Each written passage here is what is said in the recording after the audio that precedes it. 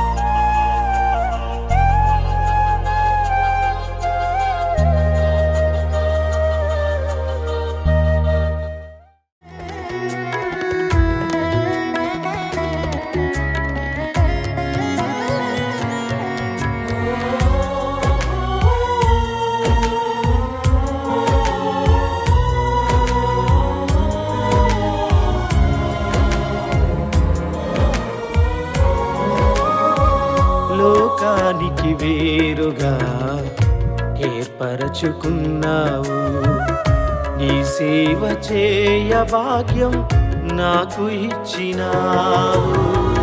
లోకానికి వేరుగా ఏర్పరచుకున్నావు, నీ సేవ చేయ భాగ్యం నాకు ఇచ్చినావు. ఏమిచ్చి నీ రుణం తీర్చగలనయ్యా, మరణము వరకు నీ సాక్షిగా బ్రతికెదనయ్యా. ఏమిచ్చి నీ రుణం తీర్చగలనయ్యా, మరణము వరకు నీ సాక్షిగా బ్రతికెదనయ్యా. యేసయ్యా యేసయ్యా యేసయ్యా యేసయ్యా యేసయ్యా యేసయ్యా యేసయ్యా యేసయ్యా. పనికిరాని నన్ను వెలిగించావయ్యా, మండుచున్న అగ్నివాలే నన్ను చేసావయ్యా.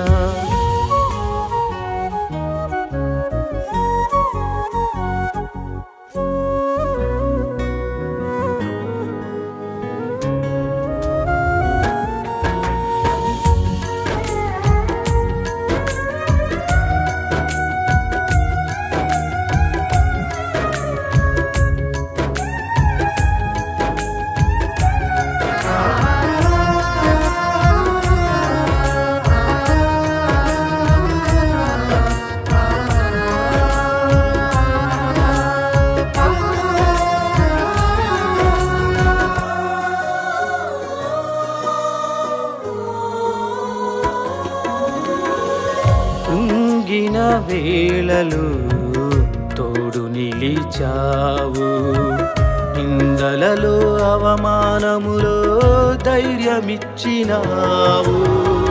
కృంగిన వేళలు తోడు నిలిచావు, నిందలలో అవమానములో ధైర్యమిచ్చినావు. ఏమిచ్చి నీ రుణం తీర్చగలనయ్యా, మరణము వరకు నీ సాక్షిగా బ్రతికెదనయ్యా.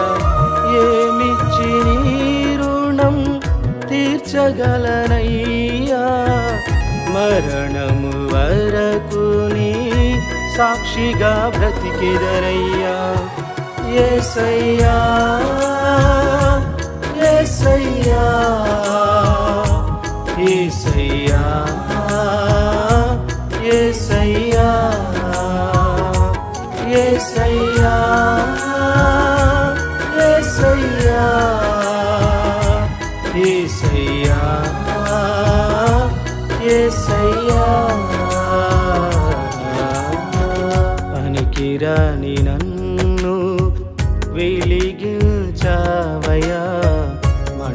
మండుచున్న అగ్నివాలే నన్ను చేసావయా.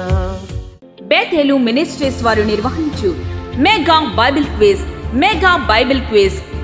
అంశం లూకాస్ వార్త 24 అధ్యాయములు. మొదటి బహుమతి 20,000, రెండవ బహుమతి 10,000, మూడవ బహుమతి 5,000. క్విజ్ లో గెలుపొందిన వారికి సర్టిఫికేట్ ఇవ్వబడెను. పరీక్ష తేదీ 2024 జూన్ 25 మధ్యాహ్నం 2:30 నుండి సాయంత్రం 4 గంటల వరకు. పరీక్షా స్థలం Shri Gautami junior and degree కళాశాల నందు, పోలీస్ స్టేషన్ దగ్గర, తాళ్ళపూడి రోడ్, గోపాలపురం. గమనిక: పరీక్షకు హాజరయ్యేవారు పెన్, ప్యాడ్ తెచ్చుకోవలను. పరీక్షకు అరగంట ముందు పరీక్షా కేంద్రానికి చేరుకోగలరు. ఎంట్రీ ఫీజు 250 రూపాయలు మాత్రమే. రిజిస్ట్రేషన్ ఫీజు చెల్లించు ఆఖరి తేదీ June 15. Google Pay, PhonePe ద్వారా ఈ క్రింది ఇచ్చిన నెంబర్కు రిజిస్ట్రేషన్ ఫీజు చెల్లించి వాట్సాప్ నెంబర్కు స్క్రీన్ షాట్ పెట్టవలెను. Brother M Shyam garu 9912548416.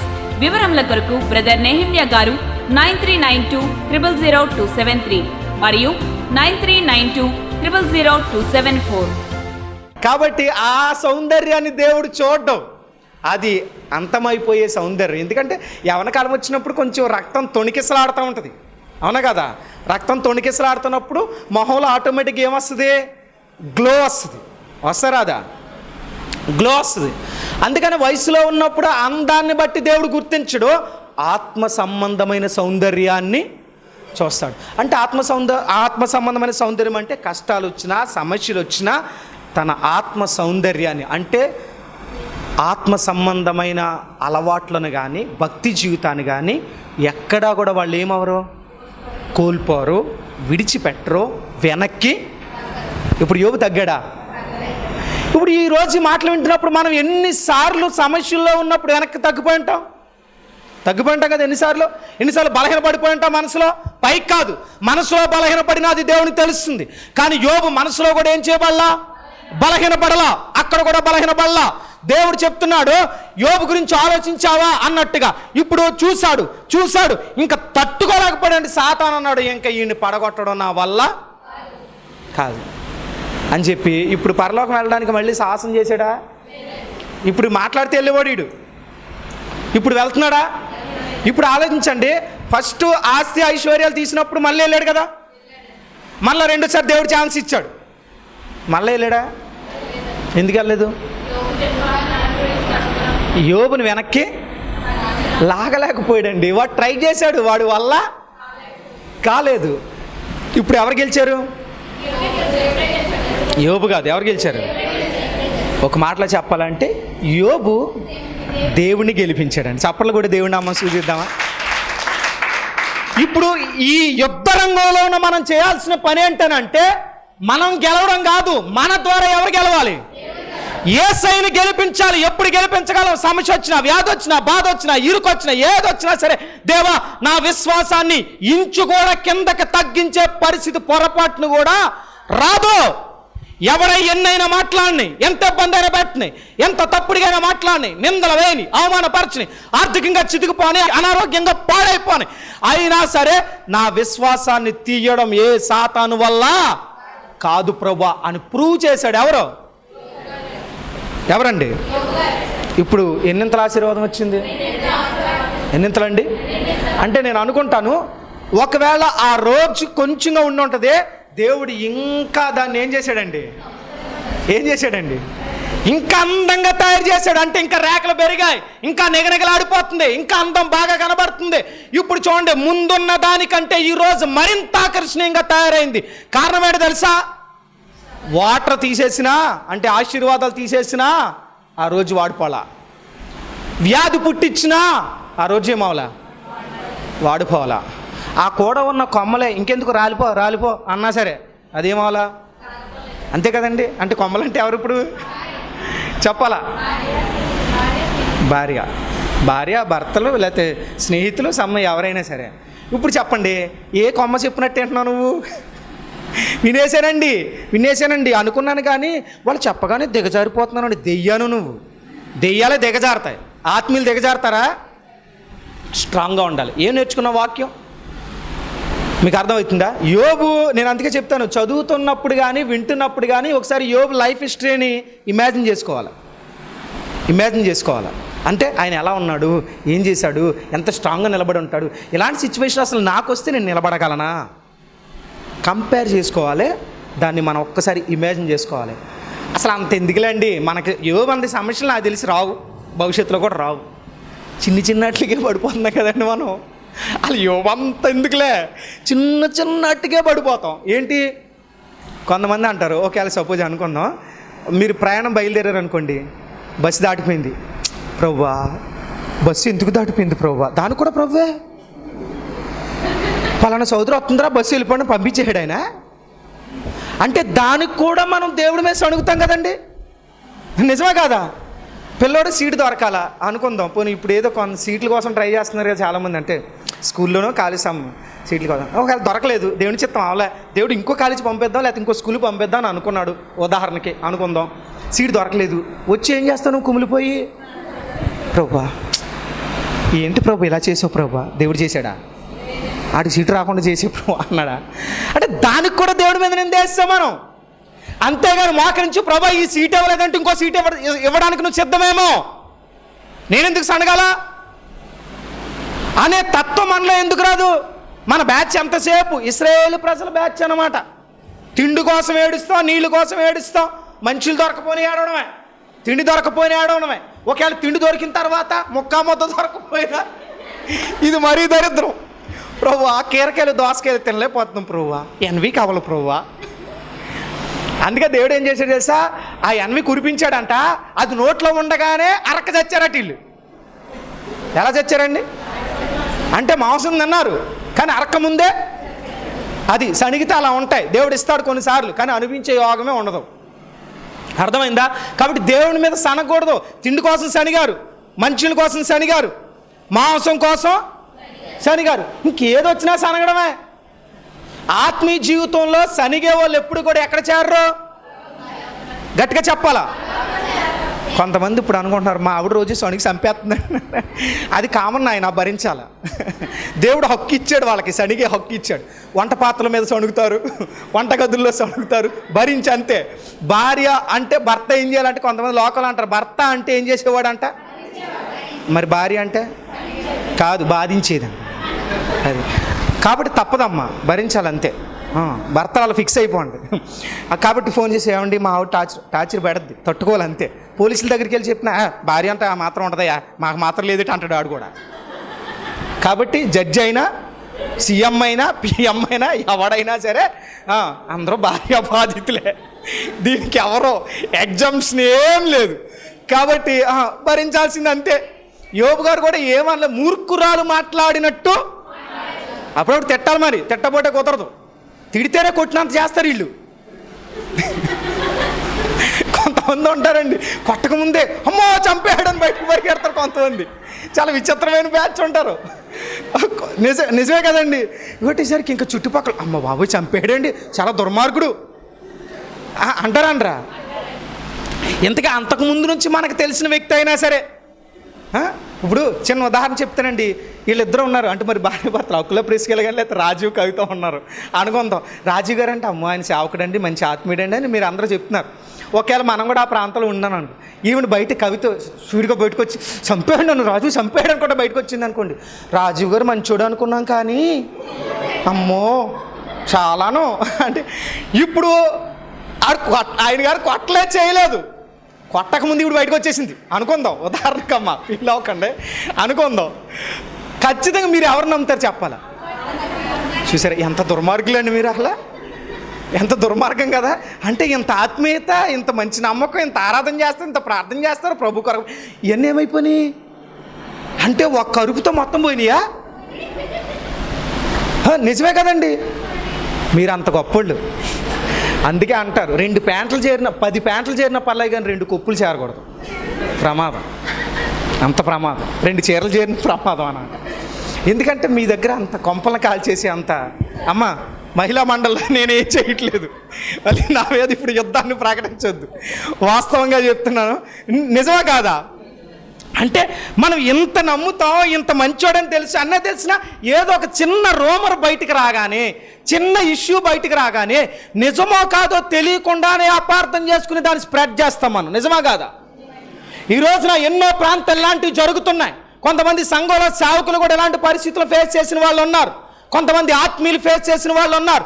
ఏం జరుగుతుందో తెలియదు, వాళ్ళిద్దరి మధ్య ఏం పడ్డారో తెలియదు, ఏం ఇష్యూ జరిగిందో తెలియదు. కానీ బయటికి ఎవరు ఏడుస్తావు, ఇందులో మగాడు ఏడితే అసహ్యంగా ఉంటుంది కదా. మగళ్ళ తత్వం ఏంటి? సహజంగా సాధ్యమైనంత వరకు ఏడవరండి, ఎంతో బాధ వస్తుంది తప్ప. స్త్రీ లక్షణం ఏంటి? ఏమీ లేకుండా ఏడ్చేస్తారు. అది వెరైటీ. అదే ఏదైనప్పుడు కూడా సనిగే తత్వం మీ హక్కు, బాధించే తత్వం కూడా.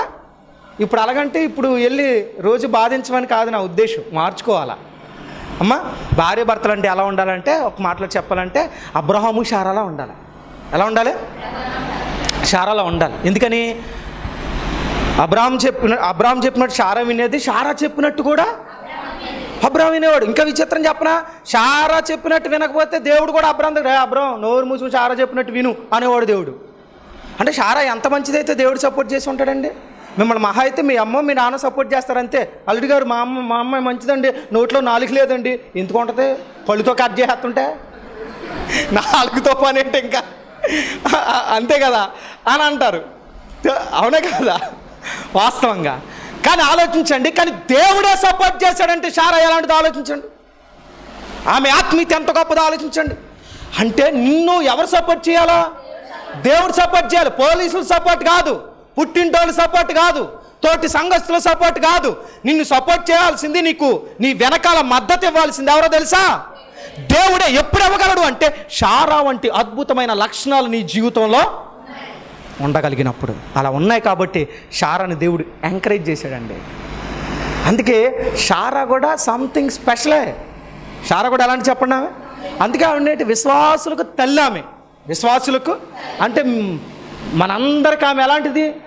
అబ్రహాము విశ్వాసులకు తండ్రి. అందుకే చూడండి, పరదేశం వెళ్ళినప్పుడు ఆ ధనవంతుడికి దేవుడు కనబడ్డాడా, అబ్రహాం కనబడ్డాడా? తండ్రి అయిన అబ్రహామా అన్నాడు కదా. అంటే పరదేశంలో ఎవరున్నారు? అది అంటే అబ్రహాముకి అంత ఆధిక్యతను ఎవరిచ్చారు? దేవుడు ఇచ్చాడు. షారాకు అంత ఆధిక్యతను ఎవరిచ్చారు? దేవుడు ఇచ్చాడు. మనకు అంత ఆధిక్యతను ఎవరివ్వాలి? ఎవరివ్వాలండి? ఇవ్వాలంటే ఎలా ఉండాలా? I'm the rose of Sharon, రోజా పుష్పంలా ఉండాలి. అంటే నీ మధ్యలో ఎంతమంది విశ్వాసులు ఉన్నా, ఎంతమంది నామకార్థులు ఉన్నా, నువ్వు రోజాలాగా ఆకర్షించే తత్వాన్ని కలిగి ఉండాలి. నేను చూసినప్పుడు మంచి విశ్వాసం అండి, అతను మంచి సహోదరండి, మంచి ఆత్మీయురాలండి అని చెప్పుకునే తత్వం మనుషులకి ఉండాలా, ఇంకెవరికి ఉండాలా? ఇప్పుడు యోబు అలా ఉన్నాడా లేదా? షోలమ్మత అలా ఉందా లేదా? అంటే రోజాకున్న స్పెషాలిటీ ఏంటంటే తన సౌందర్యమే. ఏంటి చెప్పండి? ఇప్పుడు మనకున్న స్పెషాలిటీ ఏంటి? మన ఆత్మ సౌందర్యం. ఏ సౌందర్యం అంటే మన గుణం. ఏంటి చెప్పండి? అది గుణం అనే అక్షయ అలంకారం అని అన్నాడు పౌలు గారు. ఏ అలంకారం అండి? గుణమనే గట్టిగా గుణమనే ఉండాలి. అలాంటివి ఉంటే అప్పుడు మనం కూడా సంథింగ్ స్పెషల్గా ఉంటాం. గుర్తుపెట్టుకోండి, మనం అందరితో కలిసిపోయే వ్యక్తులుగా ఉండకూడదు. లోకంలో సంథింగ్ స్పెషల్గా ఉండాలి. నువ్వు సేవ చేసినా, విశ్వాసమైనా, నువ్వు ఎక్కడున్నా నిన్ను చూసినప్పుడు అరే అతను సంథింగ్ స్పెషల్, ఆ సహోదరి సంథింగ్ స్పెషల్ అనేలా ఉండాలి. ఎన్ని పుష్పాలు ఉన్నా మన దృష్టి రోజా మీదకి ఎలాగెళ్తుందో, లోకంలో ఎంతమంది ఉన్నా దేవుని దృష్టి, లోకంలో వాళ్ళ దృష్టి నీ మీద పడాలా. వీళ్ళ విశ్వాస స్థాయి గొప్పదండి అని చెప్పుకునేలా ఉండాలి. కానీ చావలేని భక్తి, వాడిపోయే భక్తి, చెప్పుడు మాటలు విని దిగజారిపోయే భక్తి మనలో ఉండడానికి అలాంటి భక్తి ఉంటే ఈ రోజైనా మార్చుకుని, దేవా నేను కూడా ఎలా ఉంటాను? రోజాలా ఉంటాను. ఎలా ఉంటాను?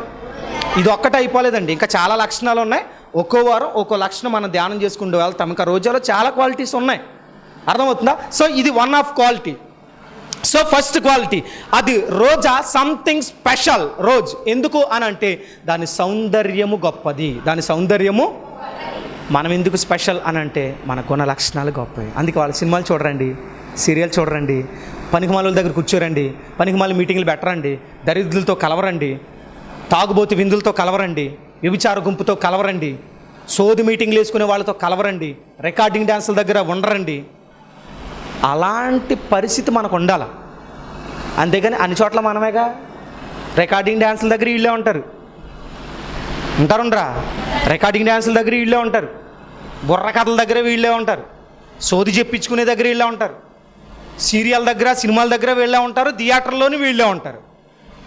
మరి సంథింగ్ స్పెషల్ ఎక్కడ ఉన్నావు? మళ్ళీ వెళ్ళిపోయి ముసుగేసుకుని ఏం చేసుకుంటాం? అది రోజా?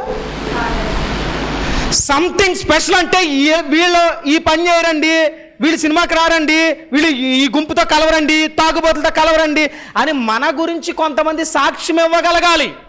యోబు గురించి లోకం సాక్ష్యం ఇచ్చిందా లేదా?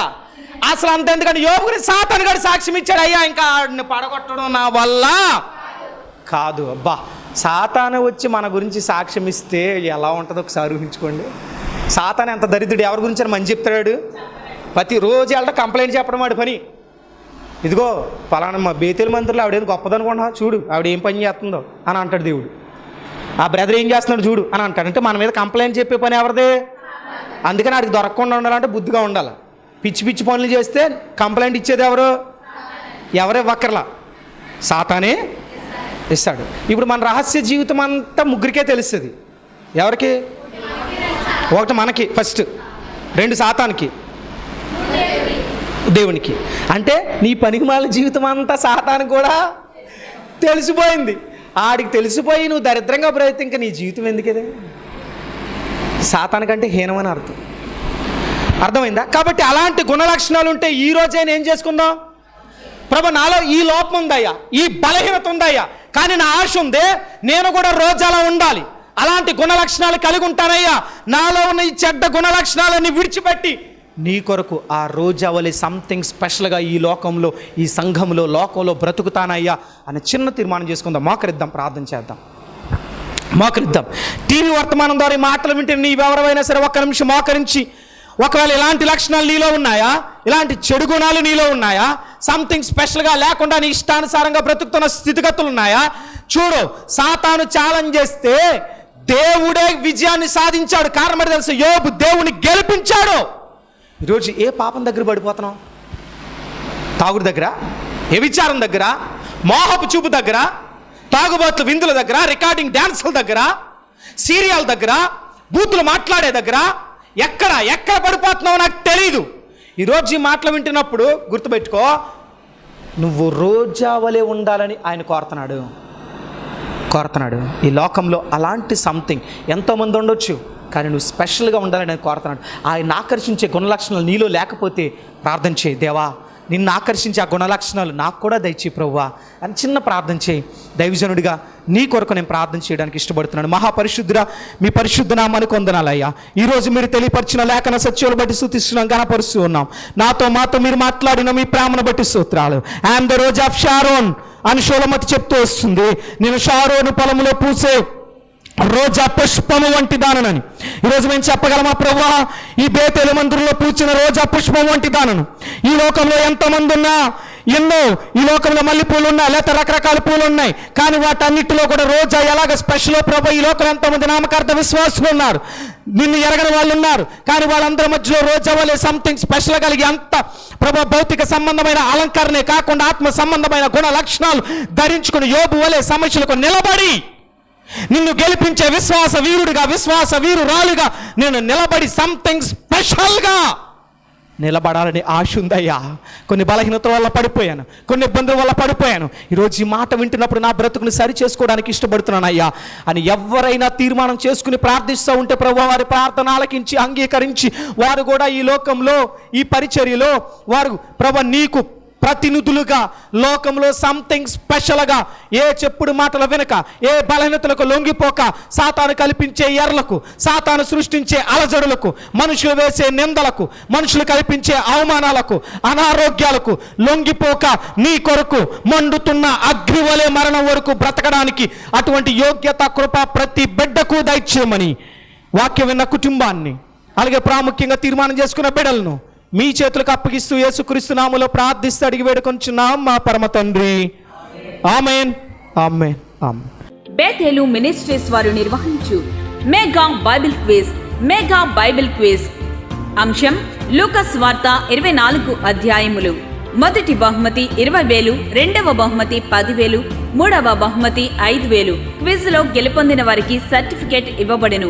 పరీక్ష తేదీ 2024 జూన్ 25 మధ్యాహ్నం 2:30 నుండి సాయంత్రం 4 గంటల వరకు. పరీక్షా స్థలం Shri Gautami junior and degree కళాశాల నందు, పోలీస్ స్టేషన్ దగ్గర, తాళ్ళపూడి రోడ్, గోపాలపురం. గమనిక: పరీక్షకు హాజరయ్యేవారు పెన్ ప్యాడ్ తెచ్చుకోవలెను. పరీక్షకు అరగంట ముందు పరీక్షా కేంద్రానికి చేరుకోగలరు. ఎంట్రీ ఫీజు 250 రూపాయలు మాత్రమే. రిజిస్ట్రేషన్ ఫీజు చెల్లించు ఆఖరి తేదీ జూన్ 15.